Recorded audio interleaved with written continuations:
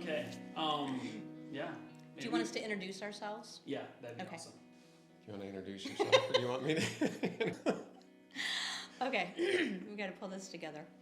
Are you ready? I'm ready. Go ahead. I'm ready. I'm Brian Harsey, and this is my wife, Kim, and we've been married for how many years? 36. You got it.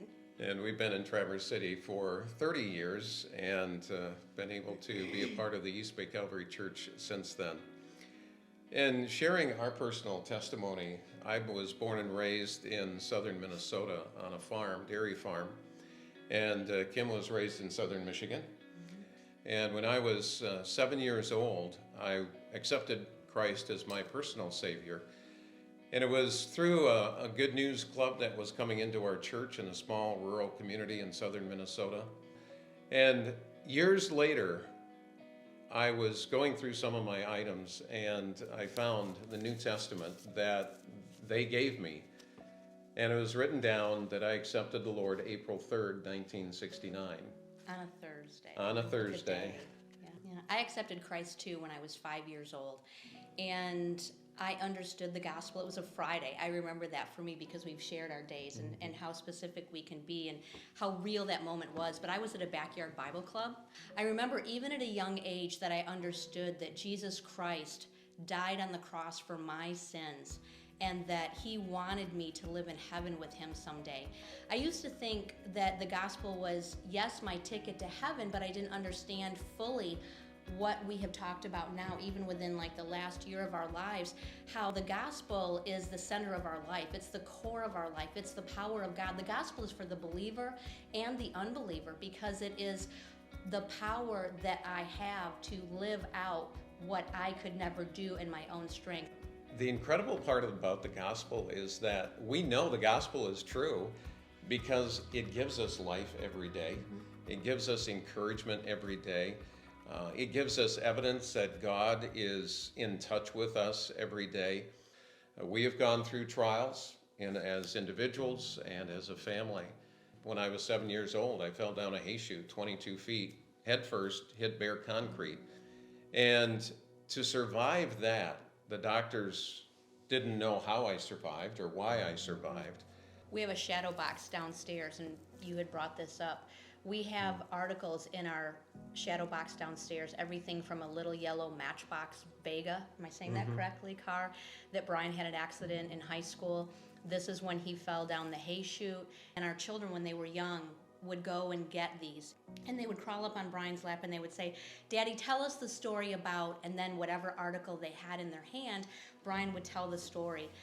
One time you said to Benjamin, the doctors have no explanation as to why I survived that fall. And sitting on my lap, he looked up and said, Daddy, I know why Jesus let you live. He knew that I needed you as my daddy. And to realize again and recognize that God ordains every day of our life. He's there for us when we have health difficulties and accidents, and he is there to protect us, and he is there to heal wounded hearts, and he is there to heal marriages that we saw God heal our marriage in an incredible way. his faithfulness. Is always there. And so many times we think that the gospel is just the point of salvation, but the gospel lasts our entire lifetime, and then the fulfillment of the gospel is our ultimate call to be at home with him. You know, this may sound kind of crazy, but we would sleep with our Bibles next to us because that's all we had. I mean, it was just like, Lord, I have nothing else. It's you. That's it. That's all I have. And this Bible, I just so want it. This is the closest thing I can have to you. And so to have this, I have you. And that's all I want. After the traumatic brain injury that happened in 2006,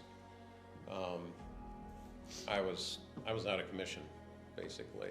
But we would go to bed, or they would, I guess, put me to bed, tuck me in at night, and then they would bring my Bible around and tuck it under my pillow. Ezekiel, he was like 4, and he would Daddy come in. Daddy needs his Bible. He would come in and just say, "Can I pray over you?" So childlike. And we'd be lying in bed, and he would pray over us. But it's like for our children to know that God is just so important to us. We're not going to survive without him. I think probably one of the richest times that we would remember in the last 14 years, 15 years. We were going through some very dark hours, and Kim sat down at the piano and just started playing. And our boys were sitting on the couch in the chair in the living room here. And I walked over, and God gave me the strength of voice just to start singing praise to the Lord in that darkest, difficult time. And that still is something that they talk about to this day. And that night, one of them said, "Dad, Mom, how are you guys doing this?" Because their hearts were broken. Our hearts are broken. And yet, again, the hope of the gospel message is not, it's so much of salvation, but it goes so far beyond That's the salvation. starting point. That's the the starting launching point. And then you begin to realize the depth of the gospel, the hope of the gospel, the encouragement of the gospel, the energy of the gospel that we have to plug into every day. Did God give me a healing? We were talking about it just the other day. Did God heal me? I wasn't, and I haven't gotten back to where I want to be. But the very fact that we're still together as a family, we're still together as husband Our and marriage wife, is still together. is evidence that the gospel is living. That God plans our days and our steps. They're not easy. You go through difficult times, but it's because of the gospel from cover to cover that we have that truth and that confidence that we have a living God that loves us and cares for us and walks with us every step of the way. And could never be more faithful. Right.